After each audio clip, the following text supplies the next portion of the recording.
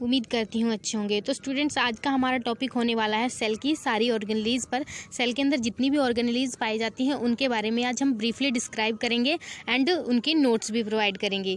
तो चलिए स्टार्ट करते हैं ऑर्गेनेलीज के साथ। तो स्टूडेंट्स, आज हम बात करने वाले हैं सेल की ऑर्गेनेलीज के बारे में। जैसे कि हमने पिछली वीडियो में पढ़ा था सेल की ऑर्गेनेलीज क्या होती हैं, देन अब कंटिन्यू करेंगे हम उनकी ब्रीफली डिस्क्रिप्शन में। सबसे फर्स्ट नंबर पे आता है nucleus, second is mitochondria, third is ribosomes and fourth is endoplasmic reticulum, fifth is Golgi apparatus and sixth is lysosome. Students, organelles में हम सबसे पहले बात करेंगे न्यूक्लियस के बारे में। What is a nucleus? Every cell in the body has a nucleus with the exception of mature erythrocytes यानी कि red blood cells. That means every cell in the body के अंदर जितने भी सेल पाए जाते हैं सभी के अंदर क्या होता है, एक सिंगल न्यूक्लियस पाया जाता है। एक्सेप्शन ऑफ मैच्योर एरिथ्रोसाइट्स यानी कि जो भी मैच्योर एरिथ्रोसाइट्स होता है, रेड ब्लड सेल्स होते हैं, उसके अंदर न्यूक्लियस नहीं प्रेजेंट होता है। And skeletal muscle and some other cells contain several nuclei. That means red blood cells के अंदर न्यूक्लियस नहीं पाया जाता और स्केलेटल मसल्स के अंदर एक से ज्यादा न्यूक्लियाई पाई जाती हैं या न्यूक्लियस पाया जाता है। इसका क्या मतलब है कि आपका जो मैच्योर एरिथ्रोसाइट्स होता है और जो स्केलेटल मसल्स होती है, इनको छोड़ के आपकी बॉडी में जितने भी सेल पाए जाते हैं सभी के अंदर एक सिंगल न्यूक्लियस पाया जाता है, exception red blood sales etcetera. And red blood sales को इसमें इसलिए काउंट किया गया है कि आपने सुना होगा कि जो रेड ब्लड सेल्स होते हैं उनकी लाइफ स्पैन होती है 120 डेज की, बट ये मल्टीप्लाई नहीं होते। क्यों नहीं होते? क्योंकि इनके अंदर न्यूक्लियस नहीं होता। आपको पता है मल्टीप्लिकेशन के लिए इंपॉर्टेंट होता है न्यूक्लियस। अगर न्यूक्लियस नहीं है तो कोई भी सेल डिवीजन के लिए रेडी नहीं है, तो इसीलिए इनका डिवीजन नहीं होता, ये डेवलप होते हैं, नए न्यू जनरेट होते हैं। उसके बाद आता है the nucleus is the largest organelles and it contain within the nuclear envelope a membrane similar to the plasma membrane. जो न्यूक्लियस होता है क्या होता है, एक लार्जेस्ट ऑर्गेनेली होती है। सेल के अंदर सबसे बड़ी जो ऑर्गेनेली होती है वो न्यूक्लियस होती है और ये क्या कंटेन करते हैं, with in the nuclear envelope. That means जैसे कि आपने प्लाज्मा मेम्ब्रेन पढ़ा था, वह सेल की आउटर कवरिंग होती है, सेल को कवर करके रखती है। उसी तरीके से सेल के अंदर जो न्यूक्लियस होता है उसकी भी खुद की एक मेम्ब्रेन होती है, एनवलप होता है, जिसके अंदर जो न्यूक्लियस होता है वो एनक्लोज होता है और वो सिमिलर कैसी होती है, प्लाज्मा मेम्ब्रेन की तरह होती है।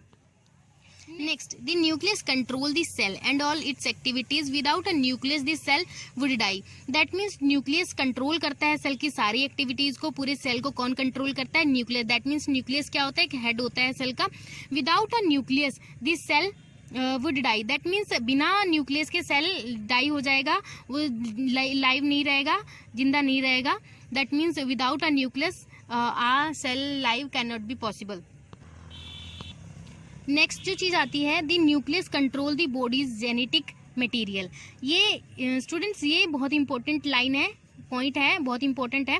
जो मेन निचोड़ है न्यूक्लियस के में अगर आप स्टडी करते तो इम्पोर्टेंट जो चीज़ रहेगा यही रहेगा कि जो न्यूक्लियस है कंटेन करता है बॉडी के जेनेटिक मटेरियल को। दैट मीन एक न्यूक्लियस क्या करता है, एक जेनेटिक मटेरियल को कंटेन करता है सेल के, which directs all the metabolic activities of the cell. This consists of 46 chromosomes which are made from deoxyribonucleic acid. Except during cell division, the chromosome resemble a fine network of thread called the chromatin.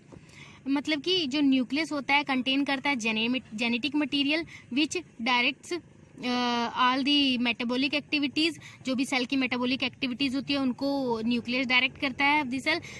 This consist of 46 chromosomes को consist करता है, 46 chromosomes इसी के अंदर present होते हैं, which are made from deoxyribonucleic acid. DNA तो आपने सुना होगा, उसी को बोलते हैं deoxyribonucleic acid. Except during cell division. That means जब सेल डिवीजन की प्रोसेस चल रही होती है उस टाइम पे यह अपनी पूरी फॉर्म में नहीं होता। दी क्रोमोसोम रिसेंबल, उस टाइम पे क्या होता है, जो क्रोमोसोम्स होते हैं resemble a fine network of thread called chromatin. मतलब कि जो क्रोमोसोम्स होते हैं उस टाइम पे बिल्कुल एक फाइन थ्रेड की तरह रिसेंबल होते हैं, जिसको हम क्रोमेटिन कहते हैं। नंबर सेकंड, अब हम बात करते हैं माइटोकॉन्ड्रिया के बारे में। Mitochondria are the membranous sachet shaped structures in the cytoplasm, sometimes described as a powerhouse of the cell.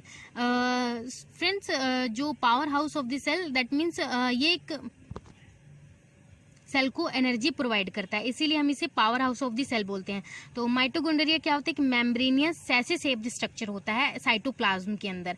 Sometime describe as, मतलब कि सो माइटोकॉन्ड्रिया के अलावा power house of the cell के नाम से भी जाना जाता है।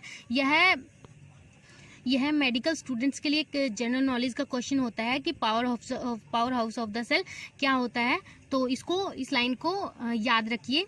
नेक्स्ट आता है, they are involved in the aerobic respiration, the process by which chemical energy is made available in the cell. This is the form of ATP which release energy when the cell break. That means ये क्या करता है, जो mitochondria होता है इसमें aerobic respiration होती है। एरोबिक रेस्पिरेशन एक प्रोसेस होती है जिसमें ऑक्सीजन की जरूरत पड़ती है। मतलब कि अगर हम वैसे पढ़ेंगे तो एरोबिक और एनारोबिक दो टाइप की प्रोसेस होती हैं।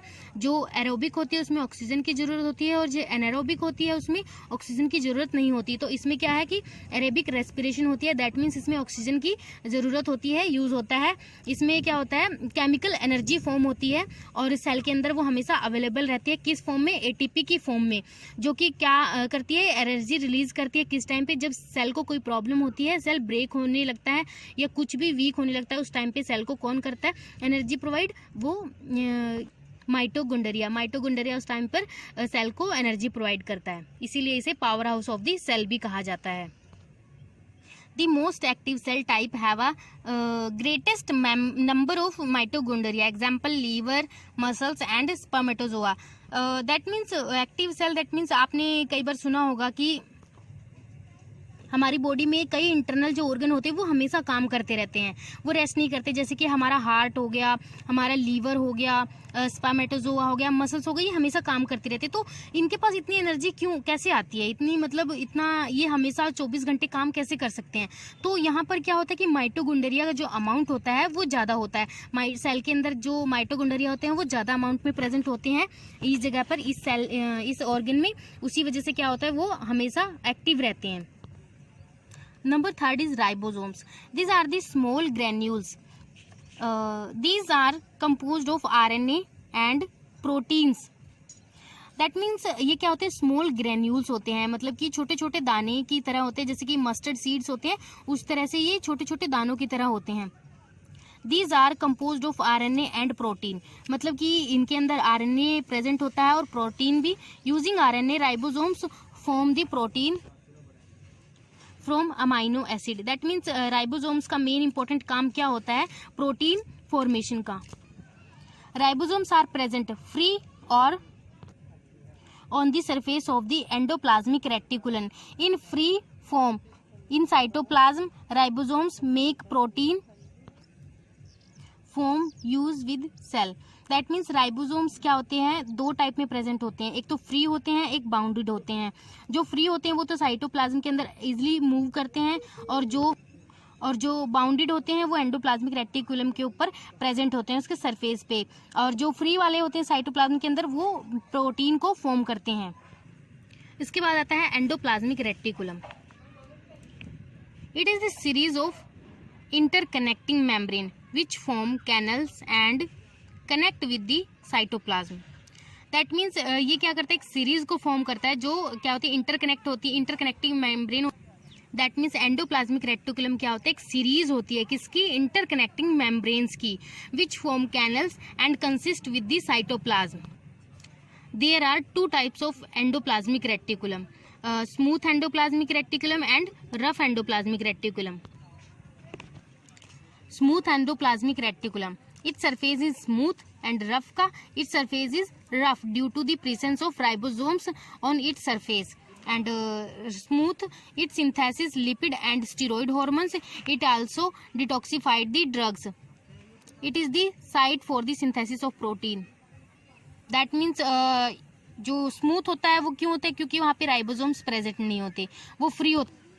और ये रफ क्यों होते हैं, क्योंकि यहाँ पर राइबोसोम्स प्रेजेंट होते हैं।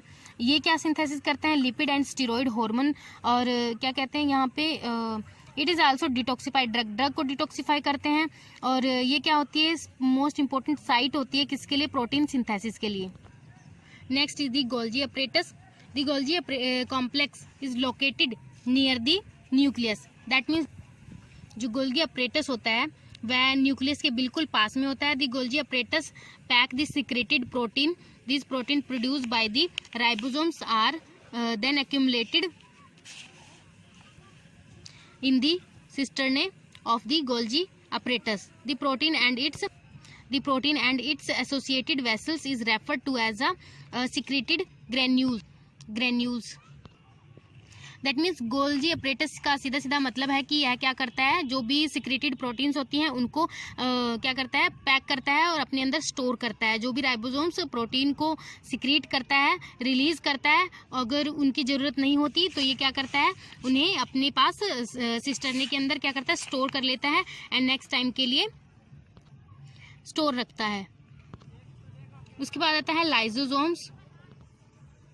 Lysosomes are the one type of secretory vesicles. ये क्या होते हैं, एक तरह के सिक्रेटरी वेसिकल्स होते हैं। लाइसोसोम्स क्या होते हैं, व्हाइट ब्लड सेल्स के अंदर होते हैं। कंटेन एंजाइम्स, वहाँ पर इनके पास एक एंजाइम होता है that digest foreign material such as microbes. Lysosomes also help in the removal of waste material from cell. That means ये डिफेंस मैकेनिज्म का काम करते हैं। व्हाइट ब्लड सेल्स के अंदर प्रेजेंट इनके पास एक एंजाइम होता है जो क्या करता है, डाइजेस्ट करता है किसको, फॉरेन मटेरियल, मतलब कोई भी बैक्टीरिया वायरस जो भी बॉडी के अंदर एंटर करता है उसको क्या करता है, जो भी हमारा इम्यूनिटी मैकेनिज्म है वो काम करता है। उसके बाद ये इसका क्या काम होता है, उसमें उनको डाइजेस्ट करने का, उनको रिमूव करने का, जो भी वेस्ट मटेरियल होता है। तो स्टूडेंट्स, अगर आपको हमारा वीडियो अच्छा लगा हो या इसने आपकी थोड़ी भी हेल्प की हो तो प्लीज़ हमारे चैनल को लाइक, शेयर एंड सब्सक्राइब जरूर करना और नेक्स्ट वीडियो के लिए वेट करना।